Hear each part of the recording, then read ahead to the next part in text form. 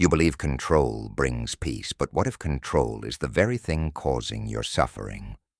As the Buddha once said, you only lose what you cling to. And yet, when life feels uncertain, we cling even harder. We panic, we plan, we overthink, as if feeling more, doing more, preparing more will protect us from breaking. But life doesn't play by those rules. So let me ask you, how much of your stress, fear, and mental exhaustion comes from trying to control things that were never really yours to control? This video isn't just about letting go. It's about building real mental strength through letting go. It's the same mindset shift those shaped warriors, monks, and Stoic philosopher into unshakable minds. Let's be honest, real life is messy, chaotic, unpredictable, and sometimes painfully indifferent. But if you can absorb just one truth from this, let it be this: let go. Or be dragged. That's it. That one truth could change everything. Let's break it down. Number 1. Let go or be dragged. Have you ever noticed that most of your pain doesn't come from the chaos around you, but from your attempt to fight it? There's a truth here that's almost too simple to believe. Let go or be dragged. Picture this. You're gripping a burning coal with your bare hand. You tighten your fist, thinking if you just hold on tighter, it'll hurt less. But of course, the longer you hold it, the deeper it burns. This is what we do with pain, with anger, with regret. We cling, hoping it'll give us power, understanding, maybe even closure, but all it gives us is more suffering. Buddhist philosophy doesn't ask you to shut off your emotions. It simply asks you to stop attaching to them. There's a powerful difference. You only lose what you cling to. That phrase slices through the noise of our modern anxiety like a blade, and yet, letting go feels like weakness, doesn't it? Like giving up control. But here's the paradox. The more we resist reality, the more we become its prisoner. The moment we accept it, we become free. Think about it. Have you ever obsessed over a memory, hoping that replaying it in your mind might change what happened? Maybe it's fear of the unknown. Maybe it's guilt over something unsaid. Maybe it's just the belief that your life should look different by now. But what if that resistance, not the event itself, is what's keeping you stuck? As the Zen saying goes, let go or be dragged. It's not life that's dragging you. It's your refusal to move with it. We live in a world that sells the illusion of control, plan every detail, prepare for every outcome, predict every twist of fate. But ask yourself, what part of you still refuses to trust the unknown? What part of you can't sit still in uncertainty? Because peace doesn't live in certainty. It lives in the space between what we control and what we choose to release. It's found, not in the known, but in the moment you stop forcing clarity and simply allow things to be. Ask yourself, what am I holding on to that no longer serves me? Maybe it's an old belief. Maybe it's a version of yourself you've outgrown. Maybe it's an expectation that's quietly crushing your spirit. The truth is simple. The tighter you grip, the more you suffer. The more you let go, the lighter life becomes. Here's a powerful shift. Next time you feel overwhelmed, don't ask, why is this happening to me? Instead, ask, what am I still clinging to? That single question can change everything. Take a moment right now. Is there something in your heart that's quietly asking to be released? A tension you've been pushing aside? A truth you've been afraid to name? Maybe it's time? Not because everything will magically fall into place, but because you'll finally stop fighting what is. Letting go isn't giving up. It's growing up. It's choosing to walk through the storm rather than hide from the rain. It's trusting that peace isn't found in the answers, but in your ability to stand still inside the questions. And when you finally let go, not just in theory but in practice, life doesn't get easier because the chaos ends. It gets easier because you stop clinging to the fire. Your peace begins the moment you stop arguing with reality. Number 2, observe. Without absorbing storms, don't ask for your permission. They arrive uninvited, wild, and unpredictable. But the sky? It never resists. It holds everything. It clings to nothing. Your mind can be the same. We spend so much energy reacting, absorbing every negative thought, every burst of fear, every wave of uncertainty. But here's the shift. Stop being the storm. Start becoming the sky. Learn to observe without absorbing. It sounds simple, but in a world constantly demanding your reaction, your attention, your energy, it's not easy. Yet it's everything. It's the difference between drowning in chaos and rising above it. You are not your anger. You are not your fear. You are not your anxiety. These are just weather patterns passing through your awareness. Peace comes from within. Do not seek it without. That's not just a beautiful quote. It's a survival skill for the modern soul. Because if you keep looking for peace out there, in a chaotic world, all you'll find is confusion. But when you turn inward, when you learn to witness your thoughts without becoming them, everything changes. Picture this. You're in a crowded room, voices rising, thoughts screaming, emotions swirling. But then, you pause, you take a breath, and you remind yourself, this is just a thought. I am not this thought. Suddenly, there's space, not because the noise disappeared, but because you stopped absorbing it. You became the sky. There's a moment every day, during a tense conversation, a rush of self-doubt, or scrolling endlessly through bad news, where you're faced with a choice. Will you react to the storm or watch it pass? That single decision, made in a heartbeat, defines your peace. Most people move through life like emotional sponges, soaking up anger, fear, comparison, and chaos, then wondering why they feel so heavy. But you don't have to live like that. You don't have to absorb everything. You can choose something different. You can become the watcher, the witness, the awareness behind it all. Next time you feel overwhelmed, ask yourself, can I let this moment pass through me without becoming it? That one question can soften even the sharpest anxiety, because emotions aren't your enemies. They're messengers, and thoughts, they're not facts, they're patterns. When you learn to see them without becoming them, you unlock something rare, something powerful, emotional freedom. In Buddhist practice, this is mindfulness at its highest level, not just sitting in silence with eyes closed, but walking through everyday life like a mountain, unshaken, present, clear.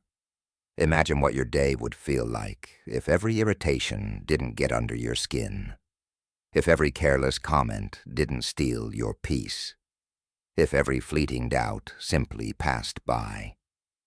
Like a cloud in the sky. This isn't about becoming cold or detached.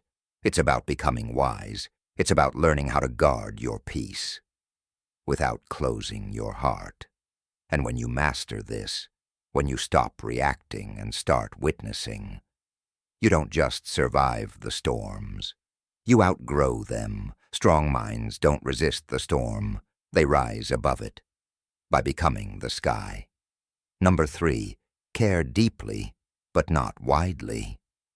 There's a quieter kind of suffering that hides in plain sight, trying to care about everything. You want to help. You want to be good, informed, kind, available. But somewhere along the way, you become exhausted, drained by too many causes, too many conversations, too many expectations. Like a candle trying to light every room, your flame begins to fade. That's when the Buddhist principle whispers a forgotten truth. Care deeply, but not widely. To care is human, but to care wisely, that's strength. You don't owe your energy to every opinion, every crisis, every invitation to argue. The mind breaks under the weight of problems it was never meant to carry. So ask yourself, am I giving my energy to what nourishes me or what drains me? The people-pleaser in you might resist that question. But you weren't born to carry everyone's burdens. You weren't meant to serve noise. You were meant to honor your path, and you cannot walk it fully if your hands are full of everyone else's expectations. There's a story of a monk, asked how he remains calm in chaos. He smiled and said, "Because I know what's mine to carry, and what isn't." That clarity is a kind of liberation.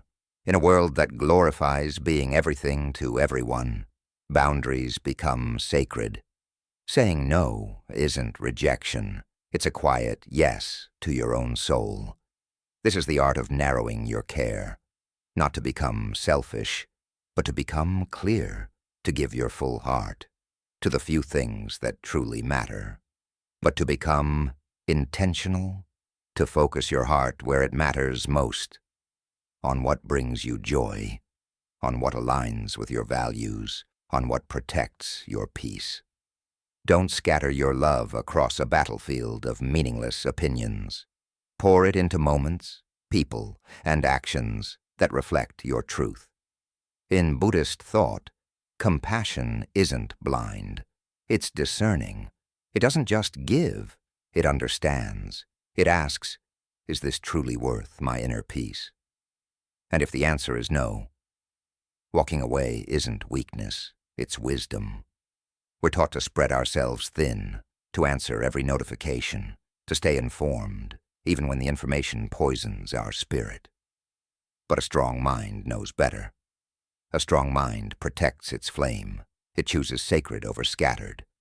And that quiet decision, it changes everything. So start today. Audit your attention. Where is your energy going? Who or what is taking up space in your mind? Clear it. Cut the cords that no longer nourish you. Simplify your care. So what remains becomes powerful. You don't need to carry the weight of the world to be a good person. You just need to carry your purpose with clarity, with presence, with love. And when you do that, when you care deeply for what truly matters, your light doesn't burn out. It burns brighter. Protect your peace like it's sacred, because it is. Number 4, the freedom of non-attachment somewhere in your life right now. Something feels heavy.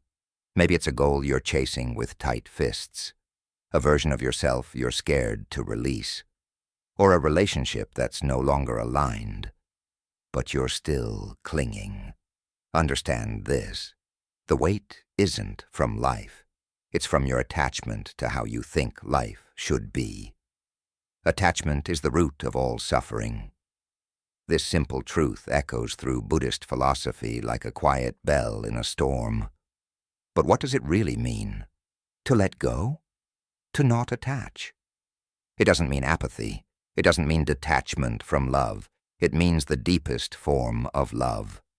The kind that doesn't cling, doesn't control, doesn't fear change. Imagine a leaf floating in a river. It doesn't resist the current. It doesn't fight its path. It moves with grace, with trust. And somehow, it always finds its way. That is the freedom of non-attachment. It's not giving up. It's giving in to the rhythm of life without letting it define you. Most of us carry silent, rigid expectations of who we should be, of how things should unfold. And when life dares to choose another path, we suffer.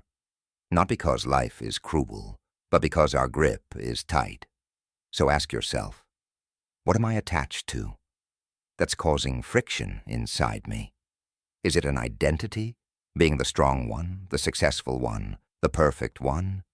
Is it an outcome you've tethered your worth to? Here's the truth. You can chase a dream passionately, without being imprisoned by it. You can love deeply, without fearing loss.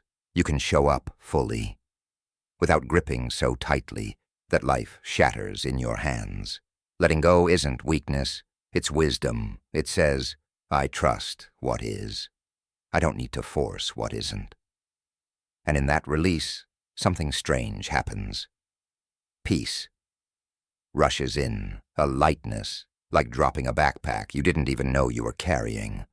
And with that lightness comes a question. If I let go, what might I find in its place? The answer, clarity, presence, calm, a deeper connection to who you really are. Beneath the roles, the stories, the noise. Non-attachment doesn't mean you stop caring. It means you start caring correctly, with freedom, with awareness. You begin to see that peace doesn't come from gripping life. It comes from flowing with it. You don't drown by falling into water. You drown by refusing to let go. Every day gives you the chance to practice this. When plans fall apart, can you breathe through it? When someone disagrees, can you stay open without defending your ego? When uncertainty visits, can you meet it with curiosity instead of fear? That's non-attachment. That's strength. Letting go isn't losing. It's remembering. You were never meant to hold so tightly in the first place. Number 5. Respond. Don't react. There's a moment, a split second, between what happens to you and how you respond. In that space lies everything, your peace, your power, your freedom. But most people never notice it. They react. Instantly. Automatically. Like a match struck in darkness. Words fly, emotions flare, damage is done. And later they ask, why did I say that? Why did I let it get to me? Buddhism offers a truth that can change your life. Respond. Don't react. Like a still pond reflecting the sky. Clarity only comes when the mind is calm. A disturbed pond reflects nothing but chaos. So does a disturbed mind. You've been there. Someone says something sharp. Plans unravel. A challenge crashes in like a wave. Your body tenses. Your thoughts race. And before awareness can catch up, you react.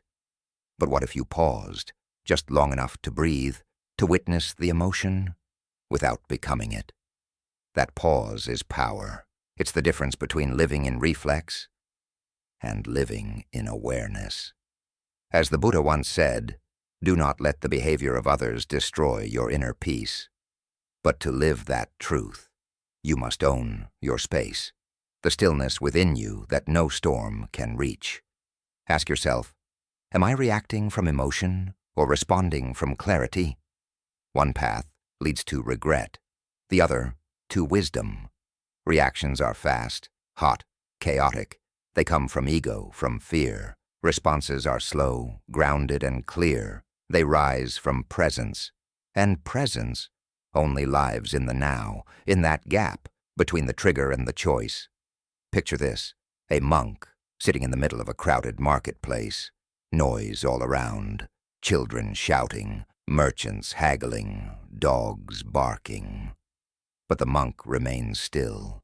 Not because he's escaping the chaos, but because he's rooted in himself, unshaken, unmoved. That's what it means to respond, to be so centered that the world cannot sway you. Life will test you. People will push your buttons. Challenges will show up uninvited. But you always have a choice. Can I hold stillness in the middle of the noise? That question alone is a compass. Next time you feel the heat rise, pause one breath, one silent second. That's all it takes to stop feeding the fire, to become the one who calms the storm instead of fueling it. Mindfulness isn't passive, It's a practice, a discipline, a devotion to awareness. It's the training of the mind not to bite the hook of every emotion that drifts through. And in that training, you don't just survive the moment, you master yourself. Number 6, you are not your thoughts. Some days, the mind feels like a storm, thoughts spinning like wind, doubts shouting louder than breath, memories replaying like old film reels, and it's easy, so easy, to believe that every thought must be true, that every fear means danger, that every judgment is accurate, that every worry is a glimpse of the future. But Buddhism offers a deeper truth. You are not your thoughts. You are the sky, vast, still and untouched, even when storms pass through. Most people never question the voice in their head, the one whispering, "You're not enough," the one repeating regrets, like broken records. But that voice? It's not you. It's just noise, a pattern, an echo from a past that no longer defines you. Just like clouds, thoughts drift in and out. But they don't define the sky. Your true nature is not the fear, not the story, not even the belief. It's the awareness that sees all of it and clings to none of it. So ask yourself, who am I beneath the mental noise? Close your eyes, listen, not to the voice but to the silence beneath it. That's silence. That's peace. That's presence. That's you. There's a Buddhist practice called mental noting. When a thought arises, you simply name it: worry, planning, fear, judgment. And in that naming, you create space. Space that says, I see you, but I am not you. That space is power. It's freedom. Every time you witness a thought without becoming it, you break the chain of unconscious suffering. You step back into clarity. Ask yourself, is this thought helpful or just a habit of fear? Not every thought deserves your belief. Not every inner voice deserves your energy. You don't have to fight your thoughts. Just see through them, like leaves floating down a stream. Let them pass. Don't grab. Don't cling. Just let go. Because peace doesn't come from controlling the mind. It comes from no longer believing everything it says. You are not the storm. You are the sky it passes through. Number 7, simplicity is a superpower. We spend so much of life chasing more goals, more possessions, more noise, convinced that if we just add enough, we'll finally feel whole. But what if the peace you seek isn't found in more, but in less? What if your clarity lives not behind another achievement, but beneath all the clutter you've been carrying? Buddhism whispers a quiet, radical truth. Live simply, so others may simply live. And this isn't just about what's in your hands. It's about what's in your heart, your mind, your spirit. Simplicity is a superpower. Think of the lotus. It doesn't grow in chaos. It rises from still water, not through force, but through alignment. And just like that, your life cannot bloom in clutter, not emotional clutter, not mental clutter, not digital clutter, not the clutter of other people's expectations. Ask yourself, what am I holding on to that complicates my life? Maybe it's an identity that no longer fits. Maybe it's the need to impress people who never truly saw you. Maybe it's just the addiction to being busy, because silence has become unfamiliar. We've been conditioned to worship complexity, but complexity often clouds our vision. It distracts, it overwhelms, it dims our light.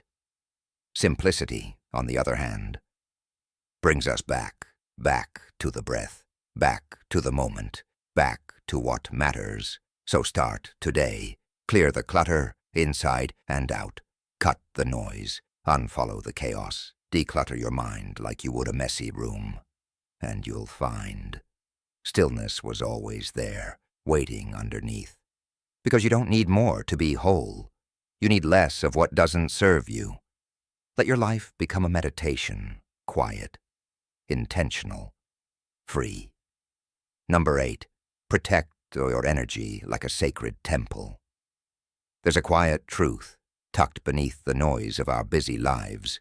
Your energy is sacred. You are not an unlimited source. You are not here to be everything to everyone.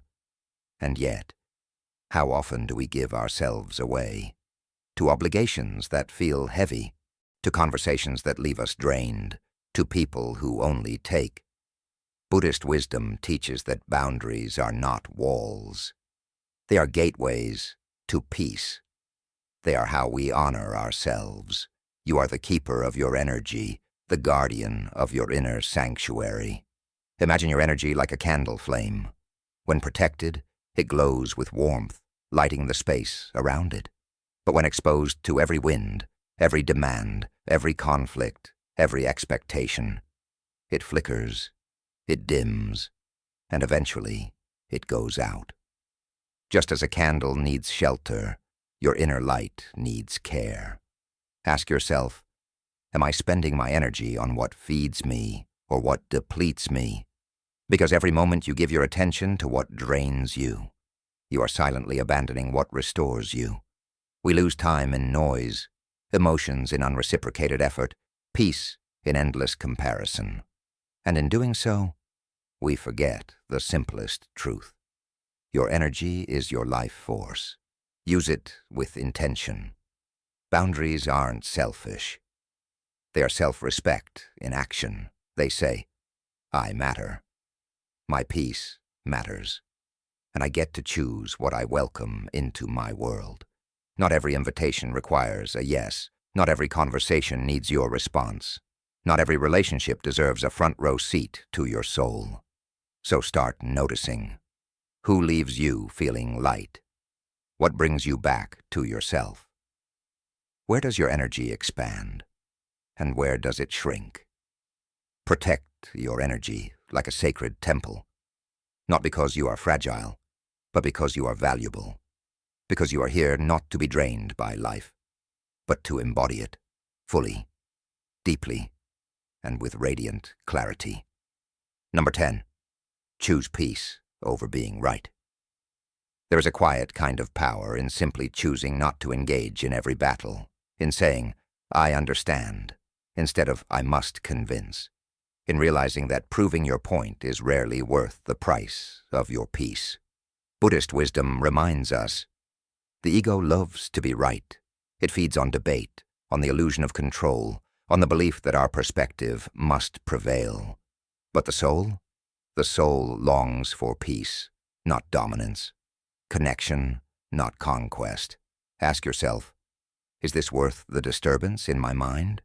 Do I need to win, or do I need to understand? Because sometimes the most courageous thing you can do is to walk away from the argument, not out of weakness, but out of strength. Peace is not passive. It's the discipline of choosing silence over shouting, compassion over correction, stillness over superiority. You don't lose anything by letting someone else have the last word. In fact, you gain everything: your calm, your clarity, your freedom.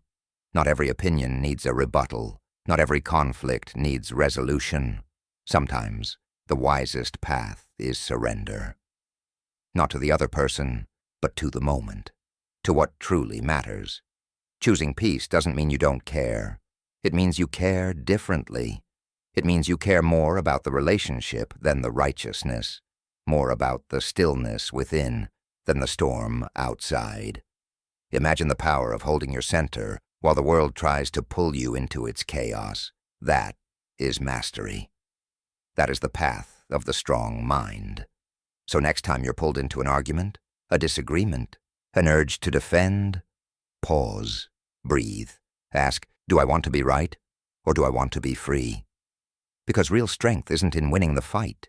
It's in knowing when to let it go, and walking away, not with bitterness, but with peace in your heart.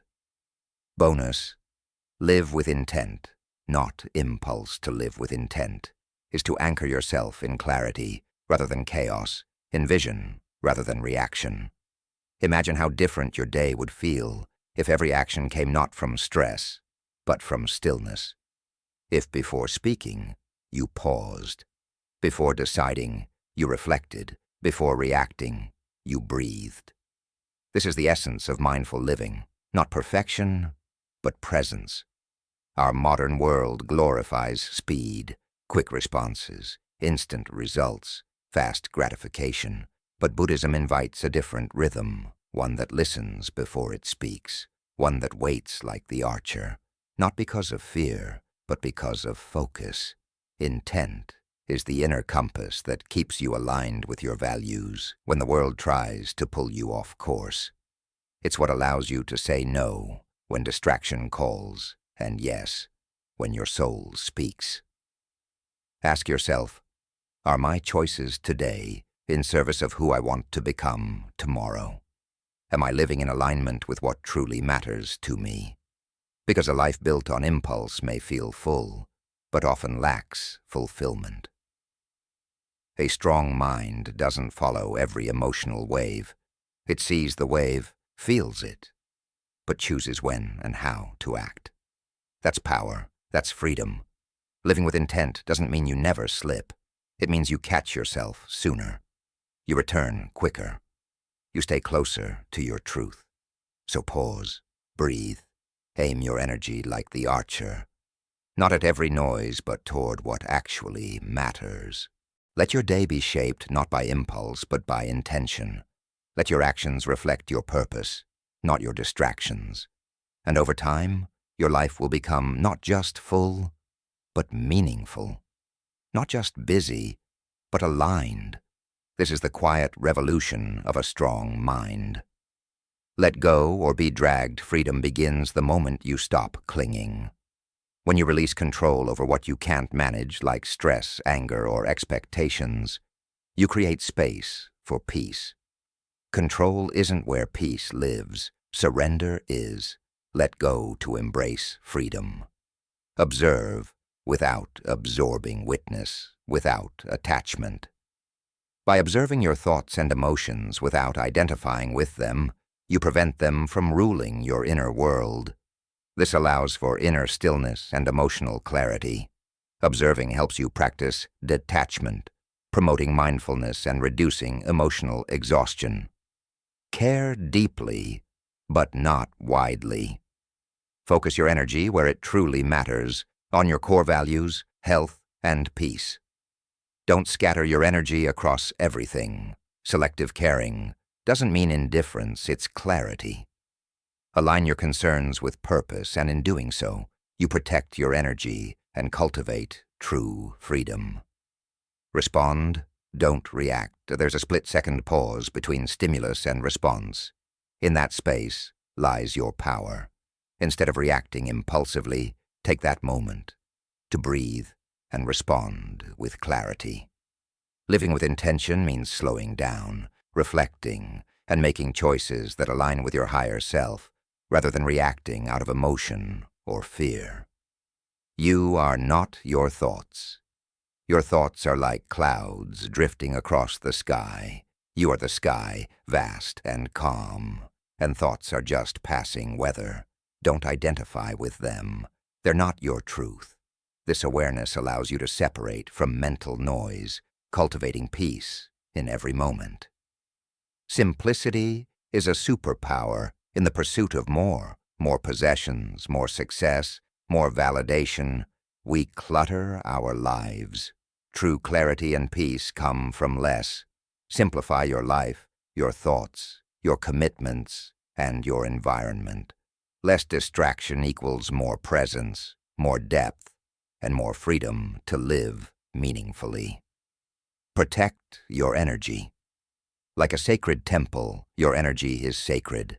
Guard it fiercely. Set boundaries with people, tasks, and environments that drain you. Replenish your energy by surrounding yourself with what nourishes you, and step back when needed to preserve your inner peace. Surrender is not weakness, it's wisdom. Surrender is the art of flowing with life, not struggling against it. It's about accepting what you cannot change and finding peace within it. Release the illusion of control. and trust the process of life. By surrendering, you free yourself from unnecessary resistance, embracing a sense of calm and freedom. Choose peace. Over being right, peace is a greater victory than being right. In every conflict, choose peace. For yourself and others. Let go of the ego's need to win. True strength lies in choosing peace, not in proving yourself right. Live with intent, not impulse. Pause before acting. Living with intent means making choices aligned with your highest values. It's not about reacting quickly to every distraction, but reflecting and responding mindfully. When you act with intention, you create a life of purpose and fulfillment. This piece beautifully emphasizes the core principles of mindfulness, detachment, and intentional living. Here's a brief breakdown of the wisdom shared.